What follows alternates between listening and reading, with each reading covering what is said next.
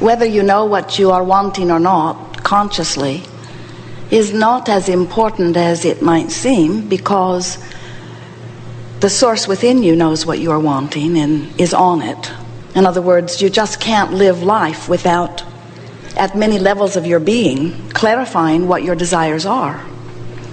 And with each clarification, when you know what you don't want, you know more clearly what you do want. In fact, it's not possible to focus upon anything without discerning how you feel about it.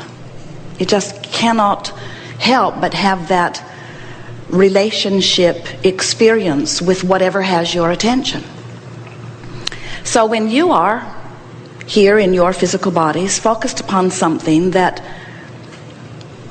you recognize or don't recognize consciously, but at some level realize that it could be better, to the exact proportion of what you do not want, a corresponding impression of what you do want is launched vibrationally.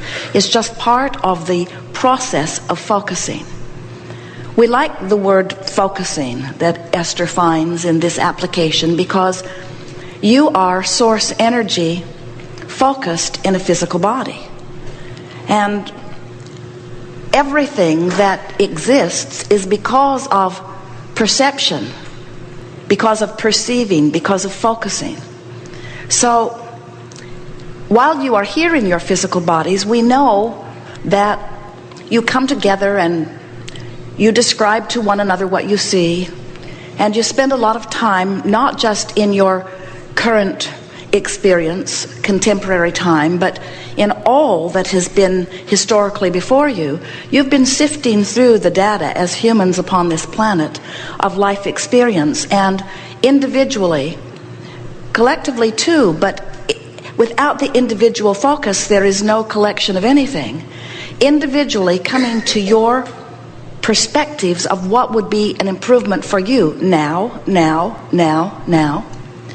the non-physical part of you still exists even though you are in this physical body. Do you know this?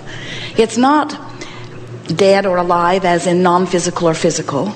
You are an eternal being, and the larger part of you, far and away, far and away, the larger part of you remains as non-physical source energy. But a part of that, which is you, non-physical source energy, has focused itself into this personality that you know as you, for a very important, desired experience from non-physical. In other words, you just didn't blunder into it. From the non-physical perspective, you said and meant, I would like to send a part of my perspective forward. I will don a personality, and I will explore contrast out on the leading edge of thought. And as I explore this leading edge contrast, from that personality, from that important vantage point, I will, or that part of me that I call I will come to clear conclusions about what? About what would be an improved experience for me.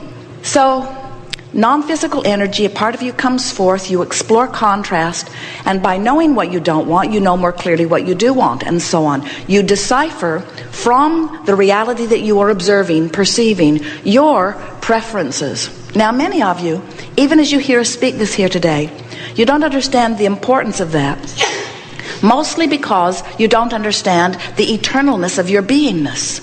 But when you are able to step back and get a glimpse or a piece of memory about the eternalness of your beingness, then you must begin to realize that as this eternal being, there cannot be eternity without new choices and without expansion. And so that's why you have come forth. You didn't come because a world is broken and it needs to be fixed. And you didn't come because a larger part of that which you call source or God is already perfect and complete, and this is your method of catching up with that.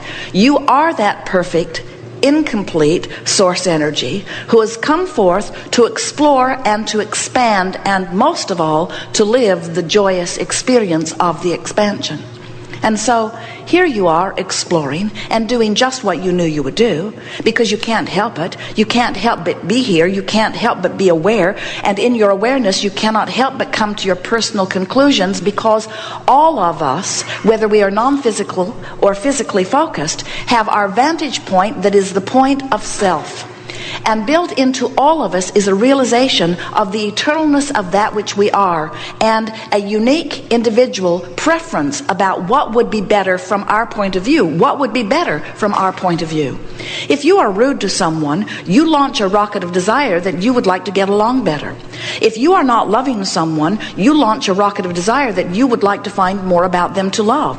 If you are sick, you launch a rocket of desire that you would like to be more well. If you don't have enough money, you launch a rocket of desire that says, I would like more money. And even though we are putting very accurate words to these things, you are all day, every day, launching rockets of desires about your point of view, which matters very, very much, and about what you think would be better from your vantage point. Now, many of you, not necessarily here in this room, but around the world, as you hear these words, while a part of you resonates with them because it comes forth from the very core of that which you are, many of you say, but my vantage point cannot be all of that much importance. And we want to convey to you in a way that maybe you can take a piece of this home with you today, that it is all important, because when you, in your unique physical, leading edge, time-space reality vantage point of view, when you stand there and life causes you to prefer something that is improved from where it is, the larger part of you then does what you knew that part of you would do when you came to a new conclusion of improvement. The larger part of you gives undivided attention to that improvement. And the universe has just expanded a bit more. Now, if you could step back with us and see your world as we see it, you would understand that everything that you see that is this knock on wood reality that you take so much credence in, you would understand that every part of this reality, before it became the manifested reality upon which you have so much collective agreement, it was an idea, it was energy, it was thought, it was vibration. It was vibration that was perceived, or a thought that was offered by someone.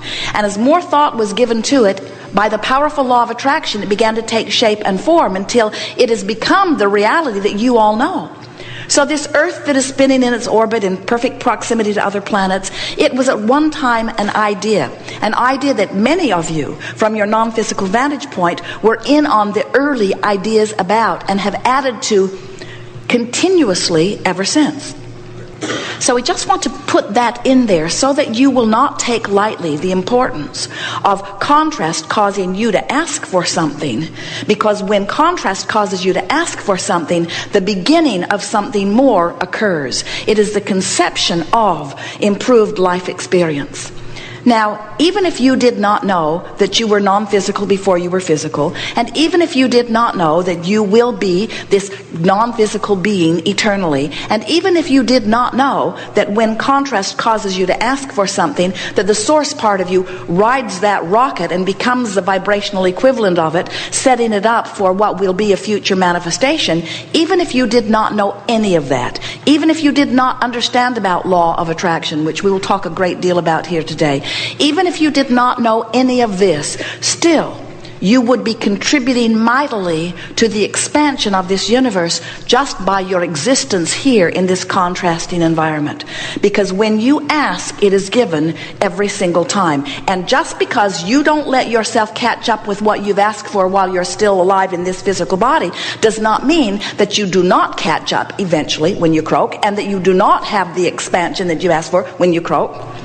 You don't have to wait till you croak, but many of you will. In other words, there are many humans who are having the contrasting experience just like you knew you would, are giving birth to all kinds of new rockets of desire just like you knew you would, are setting future generations up for a much improved life experience just like you knew you would. But for some crazy reason, you're holding yourself in vibrational discord to the very things that you're asking for, because you continue to justify how much you need or want that by pointing out how bad this is. And in the same way that you cannot set your radio dial on 6:30 a.m. and hear what's being broadcast on 98.7 FM, You cannot set your radio dial on, I don't have enough money, I don't have enough money, I don't have enough money, I don't have enough money, I don't have enough money, and ever lay claim to the money that is stacked up for you. Oh, you should see it.